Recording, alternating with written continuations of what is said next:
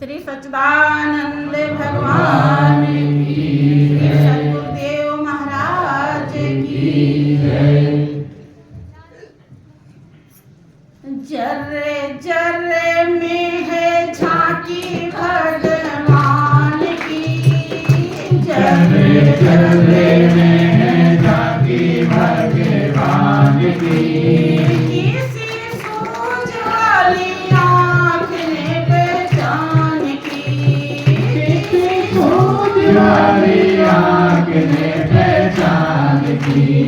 नामदेव ने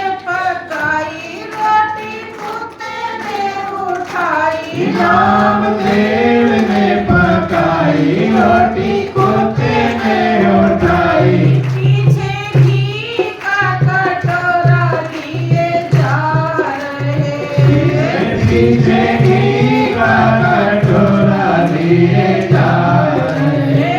बोले रूखी तो ना खाओ, थोड़ा घी भी लेते जाओ, बोले रूखी तो ना खाओ, थोड़ा लेते जाओ। रुपया अपना क्यों मुझसे छुपा रहे, रुपया अपना क्यों मुझसे छुपा रहे।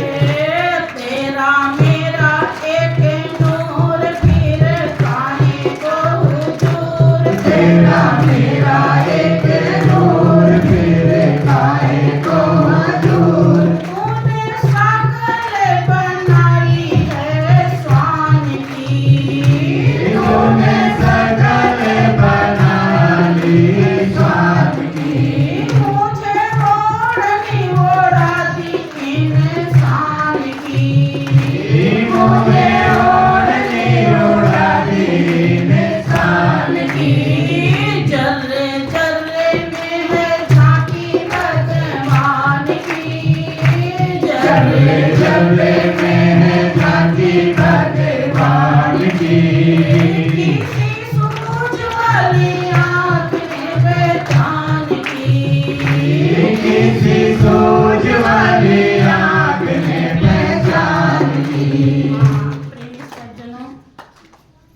बहुत ही ध्यान देने की जरूरत है, विचार करने की आवश्यकता है, तभी हम समझ पाएंगे।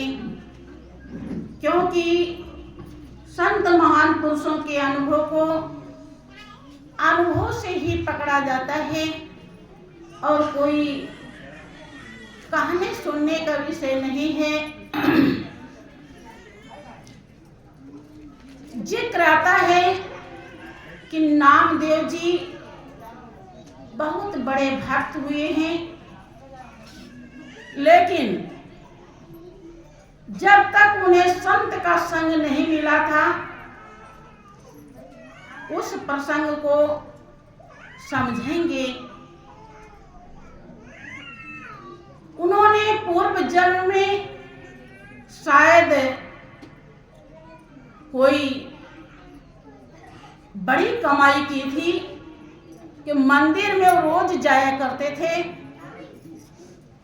और ऐसा प्रसंग आता है कि उस मूर्ति से, जो मूर्ति न डोलती है न बोलती है, उससे घंटों घंटों बात किया करते थे।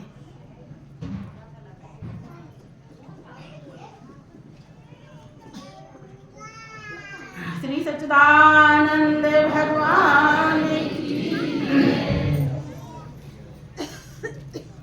ऐसे सिलसिला बहुत समय तक चलता रहा और वो अपने को बहुत बड़ा भक्त मानते थे, खुश रहते थे। उन्हें लगता था कि मैं कितना भाग्यशाली हूँ, मैं बहुत महान हूँ, मेरे जैसा कोई नहीं है। मूर्ति तो किसी से बात नहीं करती, लेकिन मुझसे तो घंटों बात करती।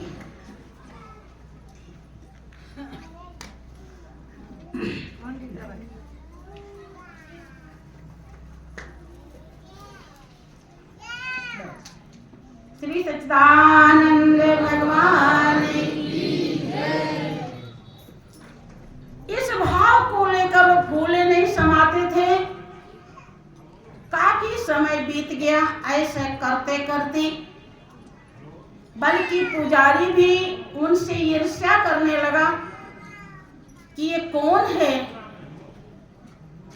कहां से आता है कि इससे भगवान बात करते हैं और हम पूजा करते हैं लेकिन हमसे बात नहीं।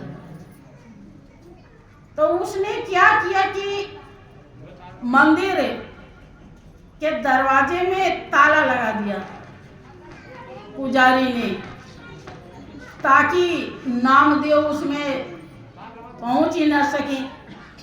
क्योंकि आप लोग सुनते हैं कि दुनिया अपने दुख से नहीं सुख से दुखी है। बहुत ये कमी साधु महात्माओं में भी कुछ ना कुछ देखी जाती है, बहुत समय के बाद समाप्त होती है। फिर क्या होता है कि नामदेव जी आए और उन्होंने देखा ताला लगा है। अब रोने लगे, दुखी हो गए कि प्रभु अब हम कैसे बात करेंगे, आपसे कैसे मिलेंगे, अब क्या करें। बहुत परेशान होते हैं। तो देखते ही देखते दीवार गिर जाती है। जब दीवार गिर गई तो अब दरवाजे की कोई जरूरत नहीं। नामदेव जी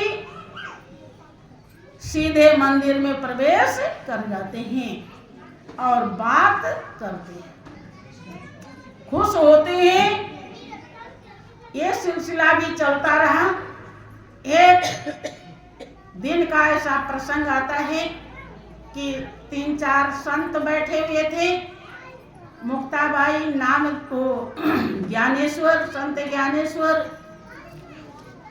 और रघु कुमार सब बैठे हुए थे। उसी में नामदेव पहुंच गए। तो आपस में सभी संतों ने विचार किया कि आज टेस्ट होना चाहिए। किसका? कच्चे और पक्के का। कौन कच्चा है और कौन पक्का है। प्रेमी सज्जनों, कभी भी किसी के भाव को गिरता हुआ देख करके बुरा नहीं मानना चाहिए, हंसना नहीं चाहिए।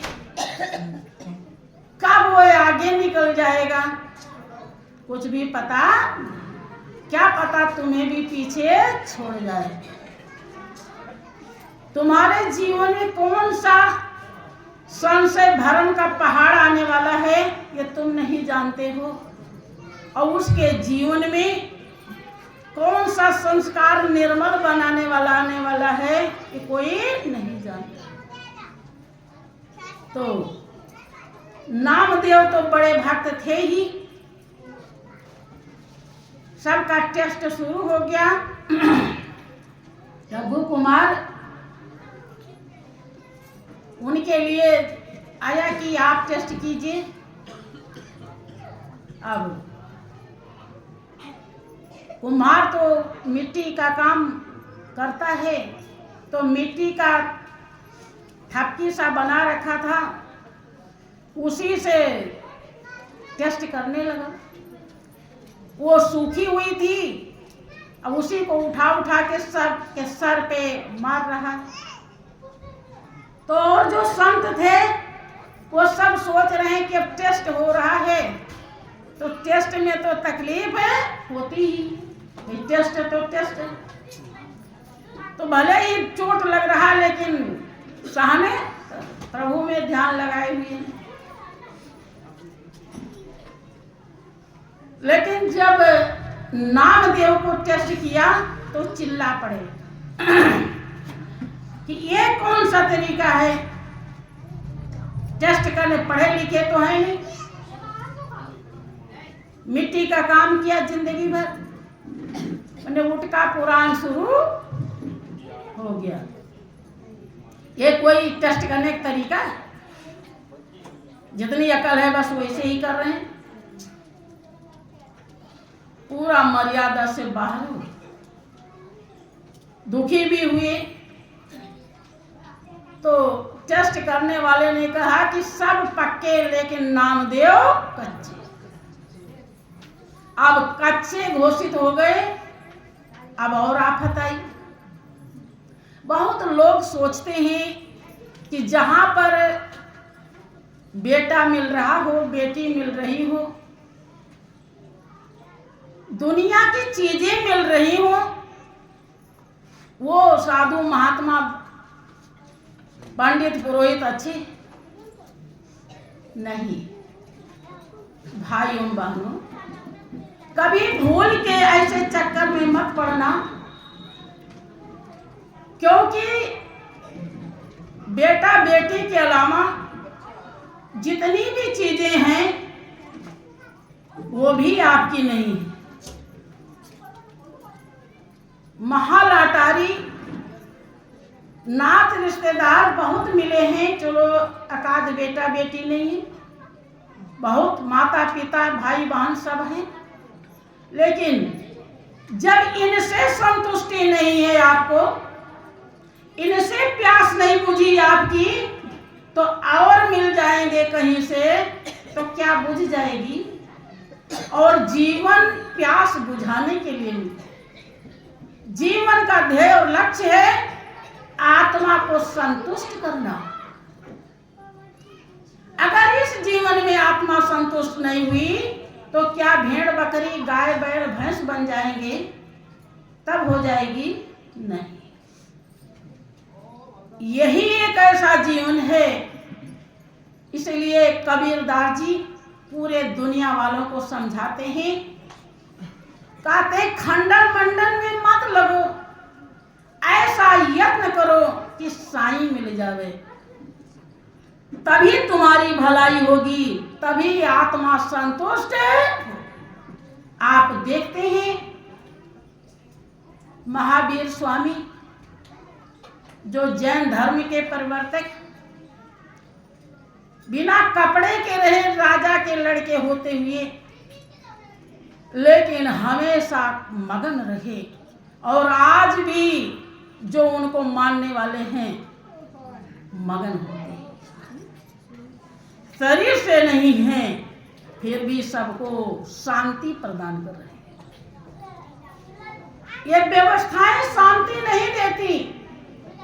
जैसे मीठी रोटी नहीं, मीठी भूख होती है, ऐसे शांति बाहर नहीं, आपके अंदर है।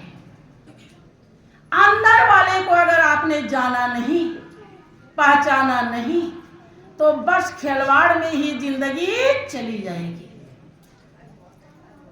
बहुत नाचा गाया, पूजा पाठ किया, लेकिन वही हाल उसी प्रकार से बेकार। घराती बराती सब आए, लेकिन मांग में सिंदूर नहीं पड़ा, फेरे नहीं फिरे, तो लड़की कुंवारी रह गई। क्या कहते हैं कि करो जतन सखी साई मिलन की, करो जतन सखी साई मिलन की, करो जतन सखी साई मिलन की, करो जतन सखी साई मिलन की। देवता पितर भैया भवानी, देवता पितर भैया भवानी, ये सब है चौदह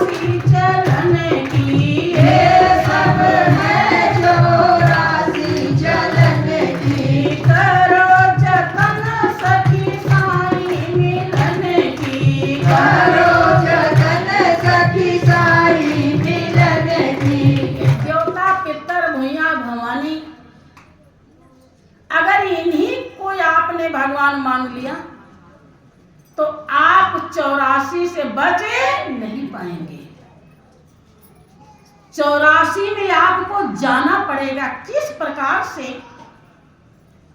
उत्तरकांड में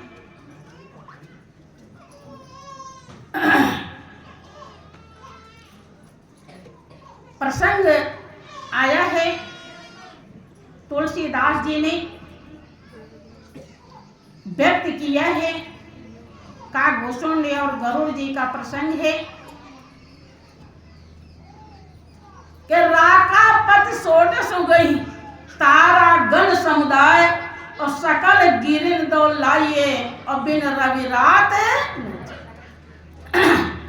ऐसे बिनु हरि भजन खगेशा और मिटे न जीवन केर कलेश। ध्यान से समझेंगे।